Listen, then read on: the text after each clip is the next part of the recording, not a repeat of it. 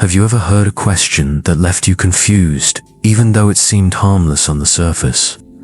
Have you ever felt a chill down your spine when someone asked you something, and you couldn't quite explain why it made you uncomfortable? And what if I told you that there are questions not meant to seek answers, but to manipulate?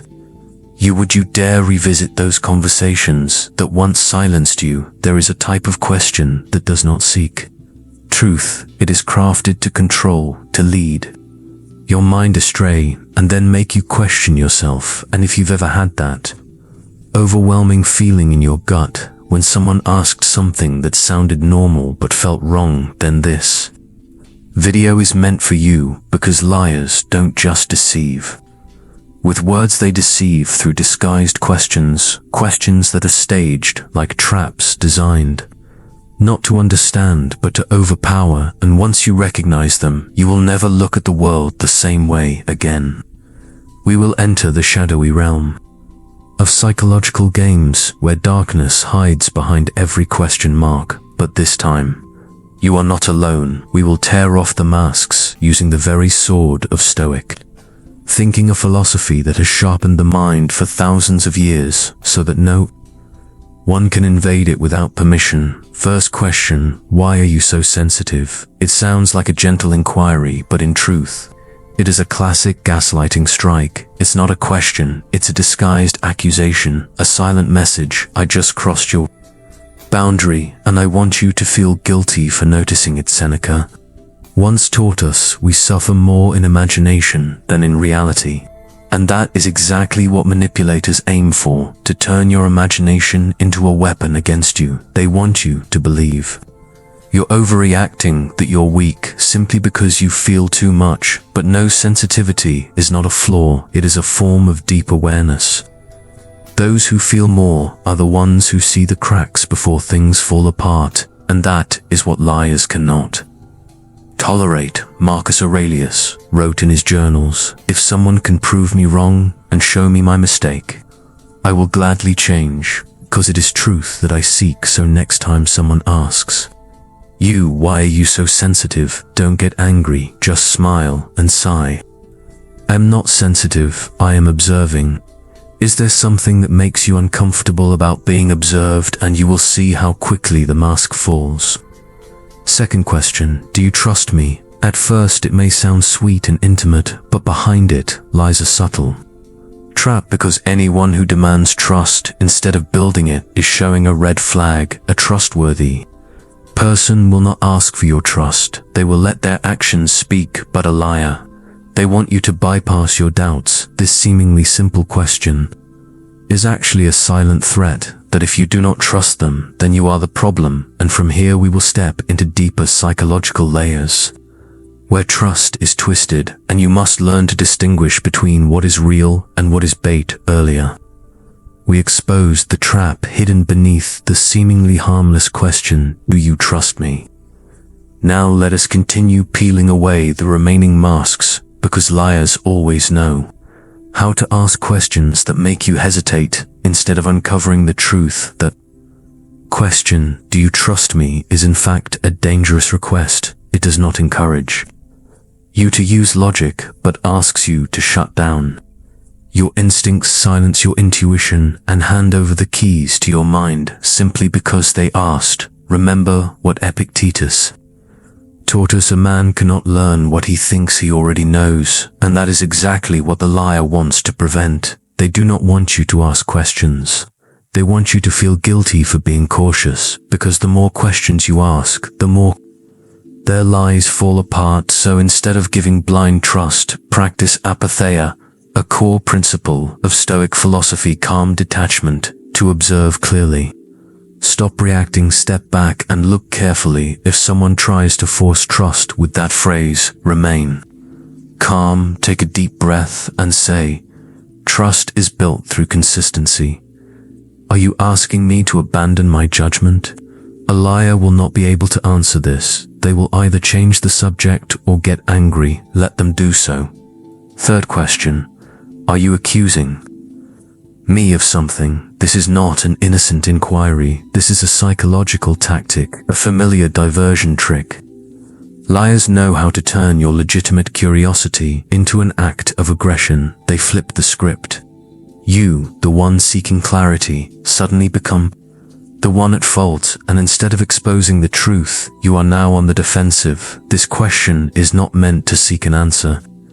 It is designed to make you panic, to make you pause, feel confused, and ask yourself, did I do something wrong? But remember, the first step toward wisdom is knowing when to be silent. Silence is not surrender. It is a strategy, a way to choose your battles wisely. This question does not deserve a yes or no answer. It only deserves a powerful silence. Next time someone asks, are you accusing me? Understand what is really happening. They are testing your strength. Hold your gaze, pause for 2 to 3 seconds. Then respond calmly and concisely. Should I? 9 times out of 10, they will stumble, because liars expect panic, not composure. They are never prepared to face stillness. Fourth question, have I ever lied to you? It sounds soft, like velvet. But behind that surface is a needle dipped in poison. This is not a question seeking truth. This is a performance, carefully directed. They do not want an answer. They want you to imagine that they are pure, innocent, never capable of lying. They want you to feel guilty for even doubting them. But stop and ask yourself, why would someone ask this unless they feel something is about to be exposed? The Stoic philosophers once reminded us, do not waste the rest of your life speculating about others. Speculation does not help you see the present more clearly. It only clouds your mind further. So do not answer that question. Ask one of your own. When someone looks you in the eye and says, have I ever lied to you? Pause for a moment, then respond calmly. That is not the important question. The question is, would I know? If you had, you will see the wind begins to change direction. Liars cannot operate in a space where the light of awareness begins to shine.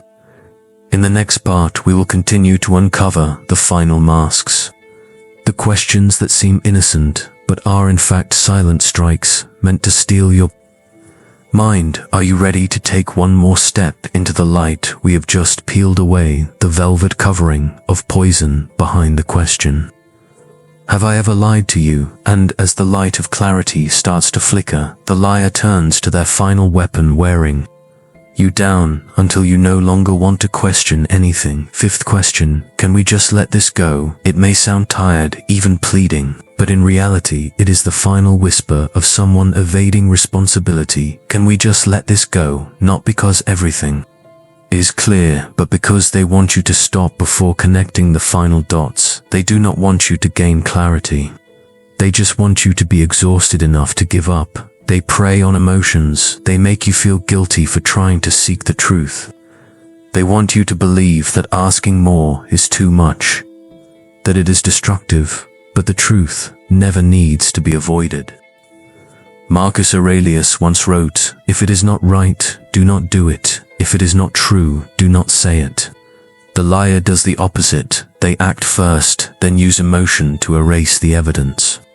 The Stoic understands this well. They know that if you stay long enough, remain calm long enough, the scattered pieces will form a clear picture, and when that happens, lies have nowhere left to hide. Do not rush. Do not let anyone pressure you into forgiving or moving on just because they are tired. Truth has no deadline. When you say, I will continue, when I truly understand what happened, not before, you are declaring that you cannot be easily manipulated. And they will hate that, because they cannot shake you. Be warned, a liar does not only deceive with words, they manipulate with emotions. They distort your perception until you begin to doubt yourself. When you start to ask, am I overreacting? Am I being too logical? Am I being too harsh? That is when you have entered their maze. They will make you feel ashamed for being intelligent, feel guilty for being logical. They will lead you to doubt your moral standards and your clarity. And worst of all, they will cast you as the villain in the very story you are trying to clarify. But the truth is, you are not cruel for setting boundaries. You are not paranoid for wanting the truth. You are not too sensitive for seeking peace built on truth. You are simply awake. And that makes you dangerous in the eyes of manipulators, because an awakened person cannot be controlled. Stoic does not seek comfort, they seek wisdom. They train the mind to be sharp in a world built on deception and confusion. Because they know a hard truth, a man who sees clearly becomes dangerous.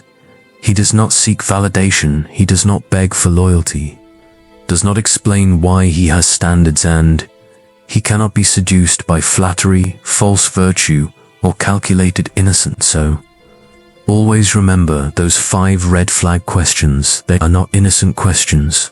1 is a strategic move designed to blur your vision, to make you release your grip on the steering wheel of your own mind. The equation is sugar-coated bait, pulling you away from truth. The next part we will explore how to maintain your clarity and composure in front of manipulators. Let us move into the conclusion, where the principles of Stoicism become the final shield protecting you from hidden agendas. After exposing each manipulative question disguised in seemingly harmless words, you now hold the most powerful weapon, awareness. You are no longer a pawn on their chessboard. You have become a player, and the player is never sacrificed. They are the one in control. Pawns are laid out as bait players when that is the strength of someone who lives by Stoic philosophy. And now it is your turn. Whenever someone makes you feel confused or doubtful about yourself, stop, breathe, and run a mental exercise, a simple but razor-sharp internal check. Is this person seeking truth or trying to control me? Are they asking or subtly accusing me to silence me? Would Marcus Aurelius or Seneca accept this kind of question? What would happen if I did not answer? Who would be the one to feel uncomfortable? And if I saw a close friend being treated this way, would I consider it a healthy situation? If the answers make your heart ache, trust that feeling. If something in your gut tightens, an odd sensation that logic cannot explain, do not ignore it. Your instinct is not broken, it is under attack. Liars always target those who easily doubt themselves. They do not need to shout, they only need to plant a seed of doubt and let you destroy your own trust from within. But Stoics are not like that. They do not react impulsively, they are not afraid of the truth, they do not flee from uncomfortable emotions. They observe them, understand them, and remain grounded. And now you can do the same, not through anger, not through loud resistance, but through unshakable calm. And that is what makes you dangerous to manipulators, because when you can sit across from a liar, look them in the eye, without anger, without fear, and still see through them, you have already won. Thank you for watching until the end of this video. If you found this content helpful, do not forget to like, subscribe, and share it with those who might also need a map to navigate the maze of manipulation. We will meet again in the next videos, where truth and clarity always serve as the guiding flame.